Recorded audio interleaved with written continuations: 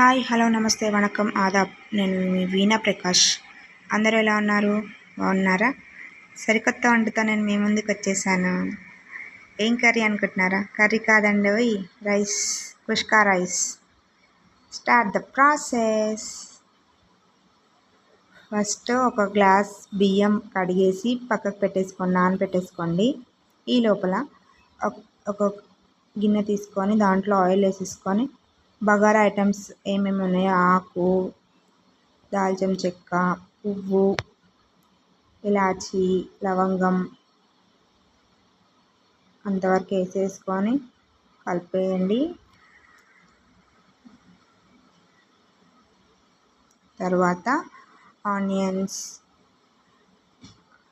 కొత్తిమీర, పుదీనా, పచ్చిమిర్చి, ఆనియన్స్ వేసుకొని కలుపుకొని ఒక 5 minutes అట్లా ఉంచేసేయండి. తర్వాత పసుపు వేసుకోండి. తర్వాత టమాటో వేసుకోండి. కట్ చేసిన టమాటో వేసేసుకోండి. కలుపుకొని కొంచెంసేపు అలా 5 minutes పక్కకు పెట్టకండి. స్టవ్ మీదనే ఆన్ చేసిన తర్వాతనే కొద్దిసేపు అలా ఉంచండి, అంటే మగ్గుతాయి కదా. తర్వాత కారం వేసేసుకోండి. తగినంత కారం, తగినంత ఉప్పు వేసుకొని కలుపుకొని కొంచెం సేపు ఉడకనివ్వండి. ధనియాల పొడి వేసుకోండి, కొంచెం గరం మసాలా, ఆ తర్వాత కొంచెం పెరుగు వేసుకొని కలిపేసుకోండి.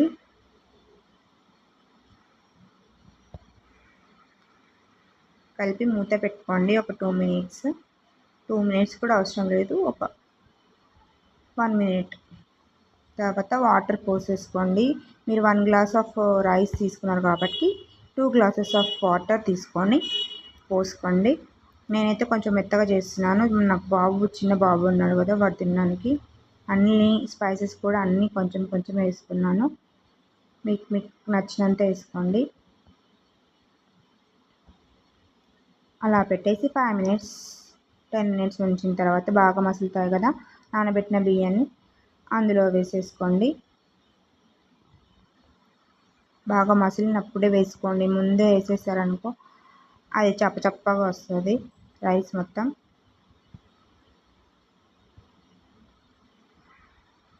అలా వేసుకున్న తర్వాత కలిపేసుకొని మూత పెట్టేసుకోండి. ఈ లోపల చిన్న పాట పాడతాను, హమ్మింగ్ కాదు కానీ. కమ్మని ఈ ప్రేమ లేఖనే రాసింది హృదయమా, ప్రియతమా నీ వచట కుశలమా, నేనిచట కుశలమే. లాలి లాలి లాలి జో, లాలి లాలి జో. మన కుష్కా రైస్ కూడా రెడీ అయిపోయింది. చాలా చాలా టేస్టీగా వచ్చేసింది. Thanks for watching. Please subscribe చేసుకోండి, లైక్ చేయండి. Thank you.